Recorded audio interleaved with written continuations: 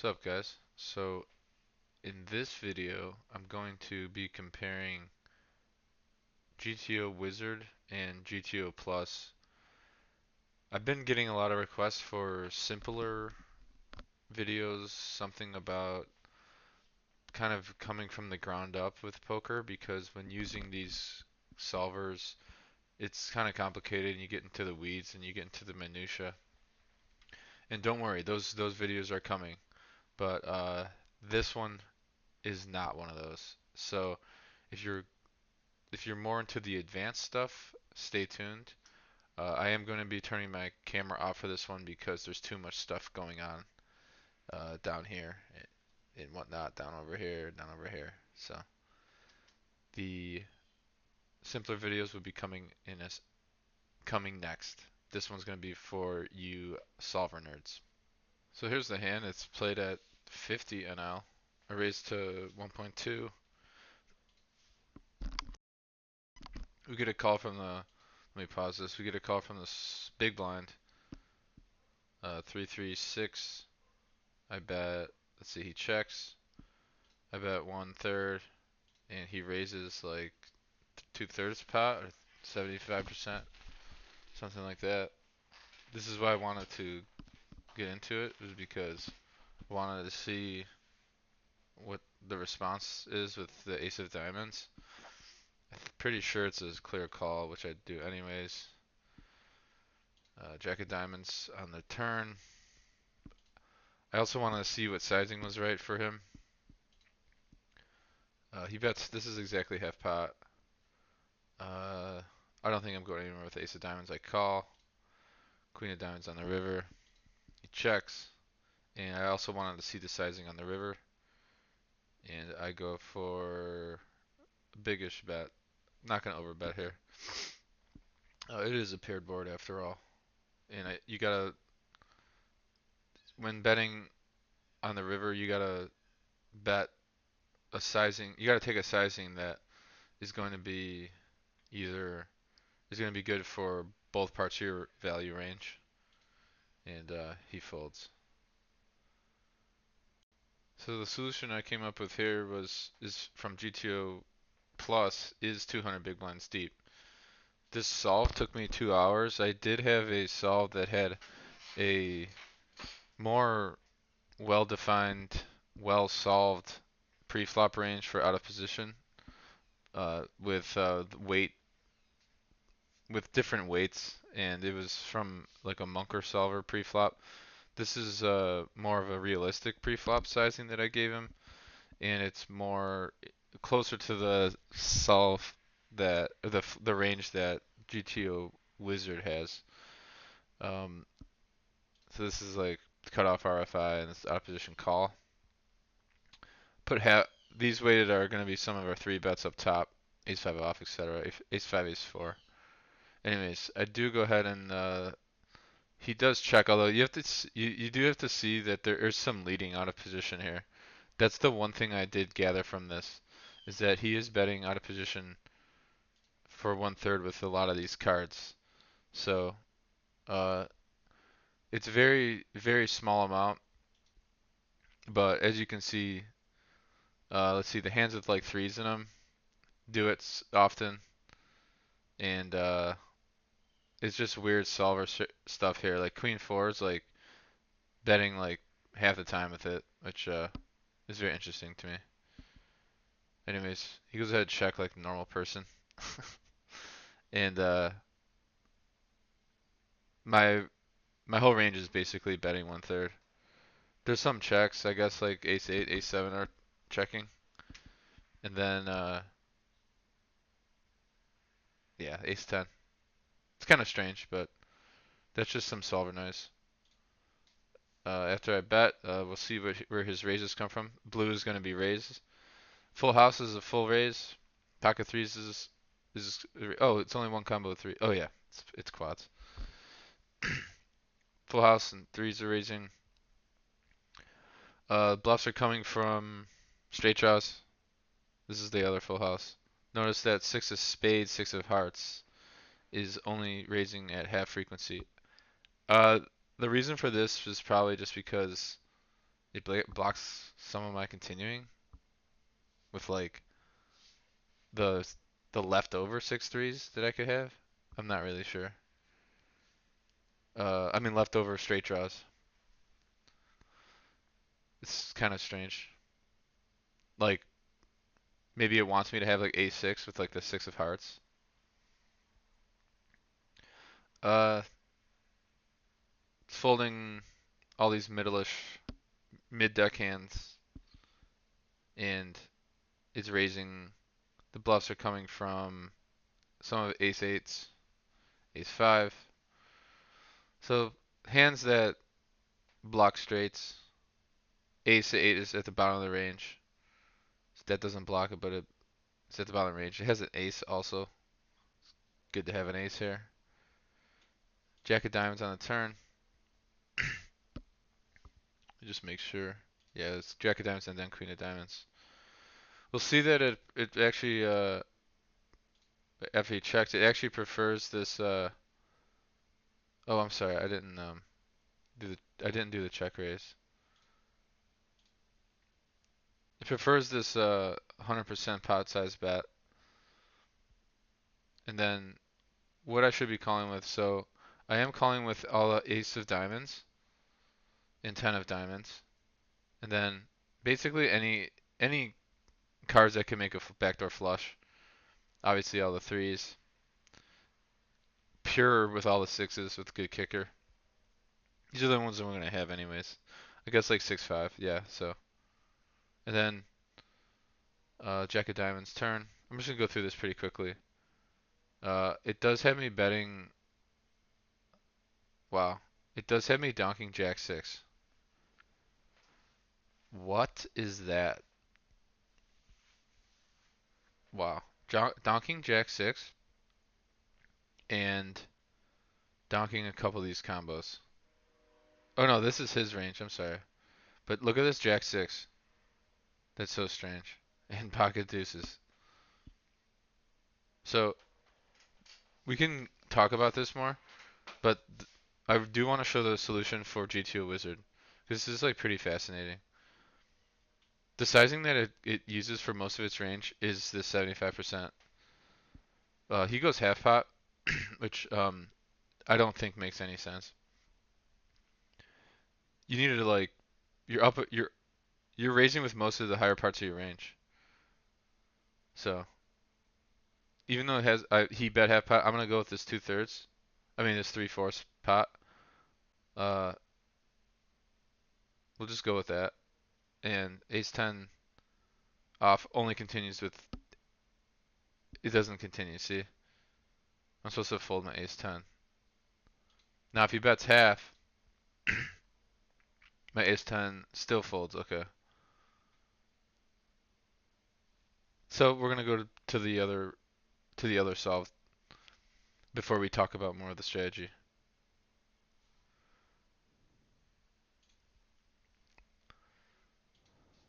Okay, guys, here's GTO Wizard.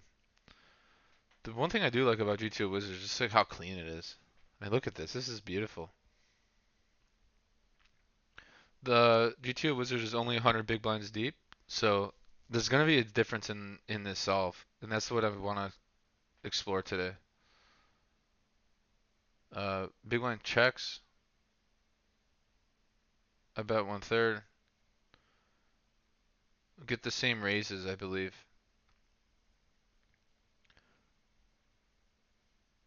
Yep, here's the raising right here.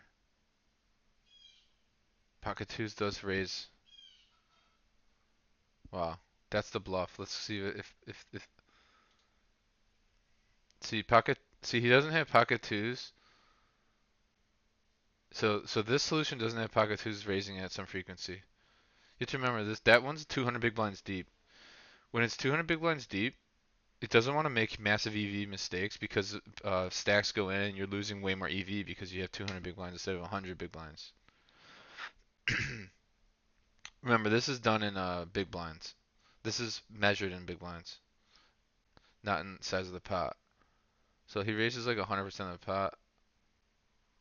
Uh, and I'm supposed to call. So this is ace 10 off. As you can see on the right side. over here. Ace of diamonds, 10 of hearts was our hand. It has more EV to fold. It does call at some frequency. The thing about this calling range is like it likes to so at 100 big blinds it likes these big cards to continue with. Well, pocket aces is a pair, pocket kings is a pair. Whereas like in pocket where when it raises here, it's still yeah. See if it continues with all its sixes. I'm sure it continues with all its sixes too, but it has less in its range. Yeah. So it seems like the solutions are very similar. Well, let me see what it's three betting.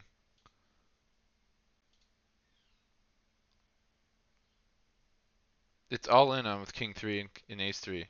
That's the difference, I guess. There's no re-raises here. Yeah, that's the huge difference in 100 and 200 big blinds deep that we're going to see here. This has an all in with king 3 and ace 3 in pocket sixes. It's at a low frequency, but that's what your three bets are coming from. I mean, technically these are like a couple percentage points of all in. But it looks like it likes ace 3 and king 3 as sometimes all in. There's no three betting on the flop when you're 200 big blinds deep. All right, we'll get through this a little bit quicker. Uh, cut off. What is it? Raise, call, select board, 63, jack of diamonds. Now our range is really small. There's a way to make it look differently. You could practice this spot, etc. It's really cool. So as we can see, there's not much in this range. So most of this range likes to check,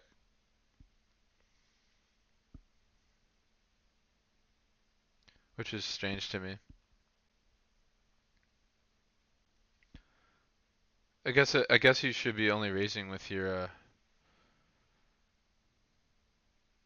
yeah with your value hands. Jack of diamonds comes. I guess the other guy has a lot of diamonds over here. Yeah, most of it does like to check too. Didn't see that. So this is some stuff to know, that's good to know. Here we have deuces mixing, and he bets 2/3, or he bets half. Half pot's not the sizing here. 2/3 is right here. Most combos. Yeah, it's mixing between overbet and 2/3, whereas it's not giving any overbets here, and that's because it's 200 big blinds deep. You want to just get stacks in at that point. So the key takeaways, I guess, are the key takeaways are that with 200 big blinds, you are not getting stacks in as much, but the solves are pretty much the same. Let's go to the breakdown. Yeah, this is pretty interesting stuff. So just a quick equity EQR. Oh, this is really cool. It's just a quick video comparing the two solves. They're basically the same, but uh, the difference is that you're just not getting it in as much. So we float with Jack 8 in this spot. So this is a really cool tool to have too.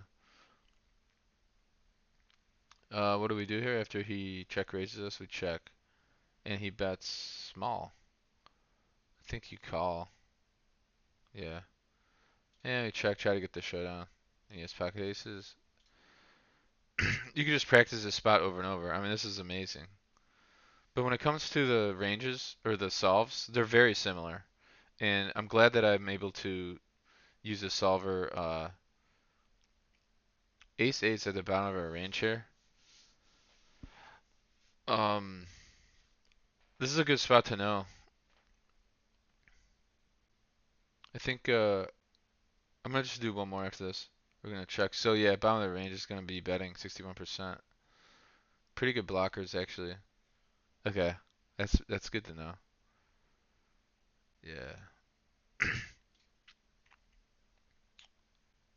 What sizing does it want us to take with our flush after he check raises the turn?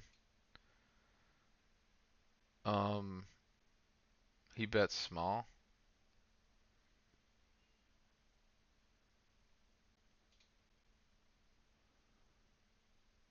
I don't know if we can ever lead here, or we could lead, but probably for small.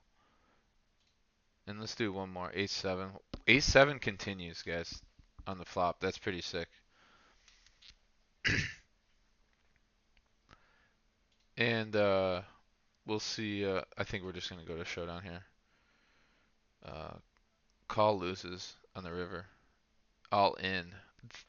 All in and fold. Okay. I can just. I mean, this is so addicting. It's insane.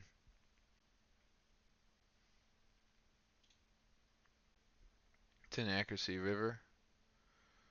It still likes to check. Go to show. Give. It likes to give up with queen 10, queen of diamonds. Guess you want him with the queen of diamonds. All right, I'm not even paying attention to this one. Uh, yeah. So that's the key takeaway. Yeah, all in, all in. Okay, king queen. This is. Let's check this. And with it, when he checks, do we just overbet? It checks. Okay. Don't bluff here with the king queen. No blockers. Okay. I'm just trying to see what it has. Pocket eights. I think we're just gonna get the showdown. Let's get the showdown here. Yep. And one more. One more. King three. Call. Check. And 5-4. Okay. Ace. 5-4. With the. I think we're at the bottom of our range. Which. What sizing do you use? What sizing does the threes take? That's what we gotta ask ourselves. A full house takes 61% sizing?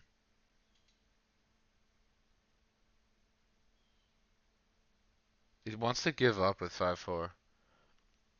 And that probably has to do with blockers. In real life, I would not bluff this. But I was just thinking in a GTO environment, it might want to bluff this. So this is a huge mistake if you bet here. Huge. Any bet is a massive mistake besides betting 10%. Still, you're. It's crazy that betting 151 and betting 10% are similar EVs. So this is like how you play your range, guys. Super interesting. You're losing more when you bet this because you're just getting called. Where betting 10%, you're only losing a 10% pot size bet, and 151, you're probably making some people fold, some hands fold. But when you bet these sizes, you're just getting, you're just losing so much part of the pot. Like I said, in real life, I would probably just check this down. I have no relevant blockers. Maybe with a diamond. I think with a one diamond, betting might be better. So with the three. Okay, so what sizing do you take with a diamond?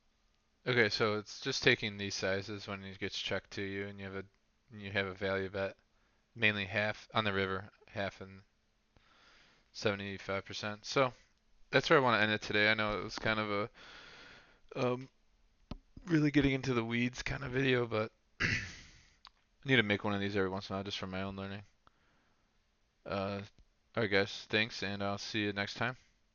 Peace.